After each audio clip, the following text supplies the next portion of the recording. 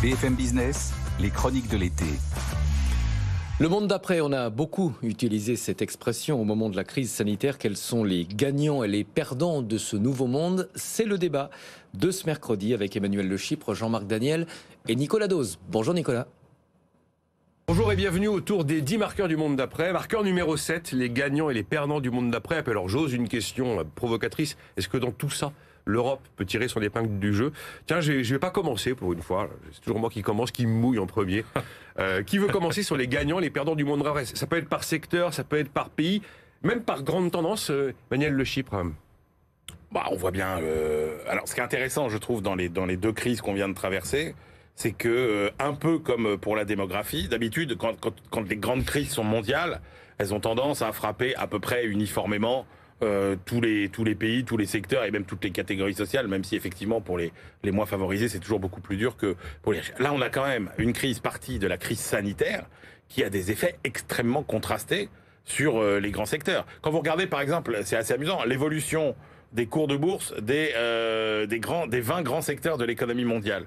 Si vous regardez, par exemple, après la crise financière de 2008, ils sont tous en baisse. Si vous regardez là, après les 6 premiers mois de crise sanitaire, vous en avez 4 ou 5 qui sont en très forte hausse, 4 ou 5 qui sont en très forte baisse et une dizaine qui sont un peu entre deux autres. Donc c'est bien qu'il y a des grands secteurs gagnants qui sont la pharmacie, la technologie, et puis des grands secteurs perdants qui sont le transport, l'hôtellerie, etc., le tourisme. Et ça c'était Covid, et là maintenant il y a... Ça c'est Covid. Covid. Alors effectivement, et après, quand on regarde aujourd'hui, que vous mettez tout ça bout à bout et que vous regardez les grands gagnants et les grands perdants, moi je vois deux grands gagnants qui sont quand même, un, d'abord la Chine, deux, les États-Unis, parce que notamment les États-Unis, en étant, autosuffisants en énergie, finalement ils sont même exportateurs nets, ils sont grands gagnants de la flambée des prix, et que ceux qui sont vraiment en difficulté au milieu, ce sont les Européens. Et après ça, il y a des grands perdants qui sont effectivement la Russie, bien évidemment, qui va sans doute disparaître de l'économie mondiale. Alors en Europe, frappant, ça, effectivement, bien sûr, c'est très frappant, bien sûr, et effectivement, la zone la plus en difficulté. Quand vous regardez à la fois ces difficultés sectorielles, c'est-à-dire qu'honnêtement, sur le plan technologique, il n'y a eu aucun rattrapage européen. Donc c'est toujours les États-Unis, la Chine et l'Europe, quasiment rien au milieu. Et puis, qui est le plus frappé effectivement par la guerre en Ukraine? Parce que c'est son sol, c'est l'Europe. Parce qu'on est dépendant de l'énergie du reste du monde, c'est l'Europe. Et que le pays, effectivement, qui est vrai, peut-être... économiquement, à défaut d'être financièrement l'homme malade de l'Europe, c'est quand même l'Allemagne. Ouais, parce qu'en fait, tous les leviers qui ont fait la réussite de l'Allemagne sur le plan sectoriel, voilà, etc., c'est compliqué. Les matières premières étaient fabriquées en Europe occidentale, enfin en Europe orientale plutôt, et ensuite étaient assemblées en Allemagne. Oui, sauf qu'il y a pas mal de ces pays qui aujourd'hui sont un peu dominés par des régimes politiques relativement durs. L'Asie, elle est devenue le premier client. Avoir comme premier client la Chine aujourd'hui, c'est parfois compliqué. On allait faire baisser les coûts de l'énergie en renonçant au nucléaire, en achetant du pétrole pas cher aux Russes. Et voilà que tous ces éléments-là sont en train de se retourner contre le modèle allemand. Moi, je rajouterais des tendances quand même, pas dans les gagnants du monde d'après. Le télétravail sera quand même quelque chose, dans mon avis, vraiment durable. Et je pense que la transition verte aussi fera partie des tendances qui vont s'imposer. Et également les comportements RSE. C'est cette recherche de proximité, cette recherche de circuits courts, cette recherche d'éco-responsabilité. À mon avis, ce sont des éléments qui vont être plutôt ressortir gagnants. Tandis que dans les perdants, il y a le pouvoir d'achat, qui à mon avis sera quand même l'un des grands perdants du monde d'après. Il y a les jeunes. Vous savez, l'histoire de les convulsions de l'inquiétude, la léthargie de l'ennui ou les convulsions de l'inquiétude que vous avez exhumées de Candide de Voltaire, pour eux, c'est les convulsions de l'inquiétude qui les attendent. Et puis, les États qui vont être plombés par des charges de dette monstrueuses. Qu'est-ce que vous mettriez dans notre Ça les sortira de la civilisation pyjama, un peu aussi. Oui, c'est ça, voilà. Ouais.